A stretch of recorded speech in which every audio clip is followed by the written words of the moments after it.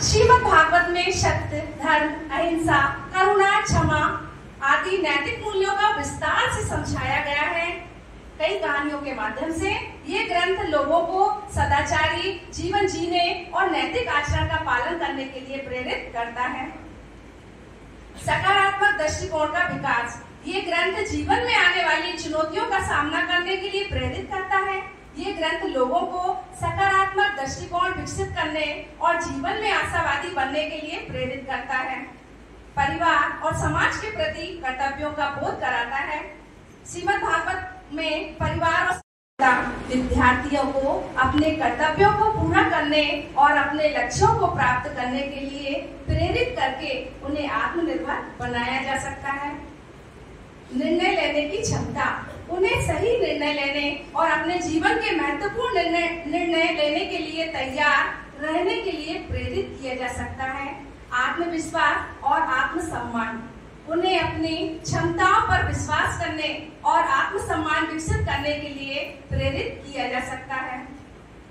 सांस्कृतिक धरोहर का संरक्षण, श्रीमद् भागवत में भारतीय संस्कृति और परंपराओं के महत्व को बताया गया है। ये ग्रंथ हमारी सांस्कृतिक धरोहर को संरक्षित करने और अगली पीढ़ी तक पहुंचाने में मदद करता है।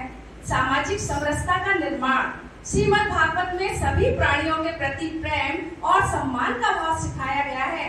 ये ग्रंथ जाति, धर्म और लिंग के आधार पर भेदभाव को दूर करने और सामाजिक समरसता का निर्माण करने में मदद करता है। आत्मनियंत्रण, अपनी इंद्रियों और मन को वश में रखना सिखाया जा सकता है ताकि वे गलत रास्ते पर न जाएं। उदाहरण, आवश्यक अनावश्यक चीजों की इच्छा न करना। आत्म जागरूकता, विद्यार्थियों को अपनी शक्तियों और कमजोरियों को पहचानने के लिए प्रोत्साहित किया जा सकता है। सकारात्मक सोच, विद्यार्थियों को सकारात्मक सोच विकसित करने के लिए भी प्रेरित किया जा सकता है। पाठ्यक्रम में सुधार, श्रीमद् भागवत महापुराण की शिक्षाओं को पाठ्यक्रम में शामिल करके विद्यार्थियों को नैतिक और आध्यात्मिक ज्ञान प्रदान किया जा सकता है।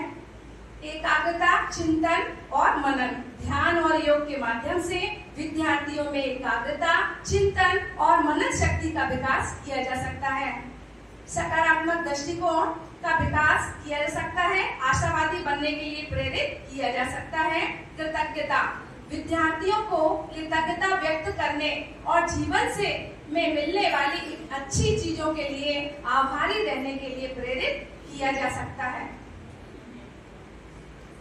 क्षमा और सहनशीलता, बच्चों को दूसरों को क्षमा करने और धैर्य रखने के लिए प्रोत्साहित किया जा सकता है। सत्य और धर्म का पालन, उन्हें सत्य और धर्म के अनुसार बनने के लिए प्रेरित किया जा सकता है।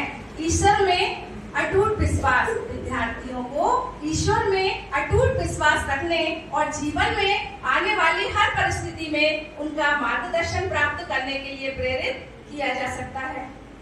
भावनात्मक बुद्धिमत्ता का विकास, भगवान कृष्ण सुख, दुख, मान, अपमान में समभाव रखने और भावनाओं को नियंत्रित करने का उपदेश देते हैं।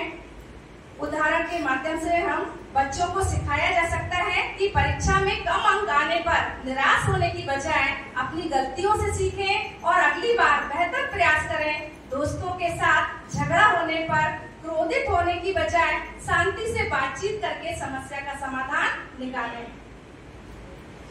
आत्म जागरूकता और आत्मसम्मान, भगवान श्री कृष्ण और उद्धव संवाद में मैं कौन हूँ और जीवन का उद्देश्य क्या है जैसे प्रश्नों पर विचार किया गया है जो आत्म जागरूकता को बढ़ावा देते हैं। उदाहरण, बच्चों को अपनी रुचियों, क्षमताओं और कमजोरियों को पहचानने के लिए प्रोत्साहित किया जा सकता है।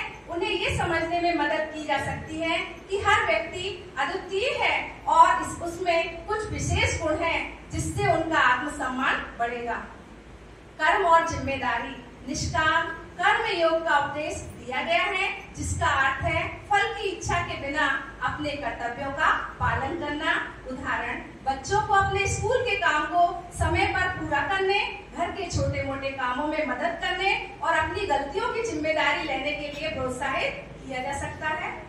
सरलता और संतोष, भौतिक वस्तुओं के प्रति अत्यधिक आसक्ति को त्यागने और साधारण जीवन जीने का संदेश दिया गया है। उदाहरण, बच्चों को सिखाया कि खुशी महंगी चीजों में नहीं बल्कि अच्छे दोस्तों, परिवार के प्यार और अपने अनुभवों में प्राप्त होती है। उन्हें अपनी आवश्यकताओं और इच्छाओं के बीच अंतर करना सिखाया जा सकता है। विविधता और सहिष्णुता भगवान श्री कृष्ण सभी जीवों में समान रूप से विद्यमान है। ये समझ विविधता के प्रति सम्मान और सहिष्णुता को बढ़ावा देती है। सम्मान और समझ विकसित करने के लिए प्रेरित किया जा सकता है। उन्हें सिखाया जा सकता है कि मतभेद होने पर भी मिलकर कैसे रहा जा सकता है। निष्कर्ष, भागवत महापुराण के 11 स्कंद में वर्णित भगवान श्री कृष्ण और उद्धव संवाद वर्तमान समय में बच्चों की शिक्षा के लिए एक अमूल्य स्रोत है। इसकी शिक्षाएं बच्चों को न केवल नैतिक और भावनात्मक रूप से मजबूत बना सकती हैं, बल्कि उन्हें एक उद्देश्यपूर्ण और संतुलित जीवन जीने के लिए भी प्रेरित कर सकती हैं। कहानियों, उदाहरणों और व्यवहारिक गतिविधियों के माध्यम से इस ज्ञान को बच्चों तक पहुंचाना उनके सर्वांगीण विकास में महत्वपूर्ण योगदान दे सकता है। ये प्राचीन ज्ञान आधुनिक चुनौतियों का सामना करने और एक बेहतर भविष्य का निर्माण करने में बच्चों का मार्गदर्शन कर सकता है। धन्यवाद।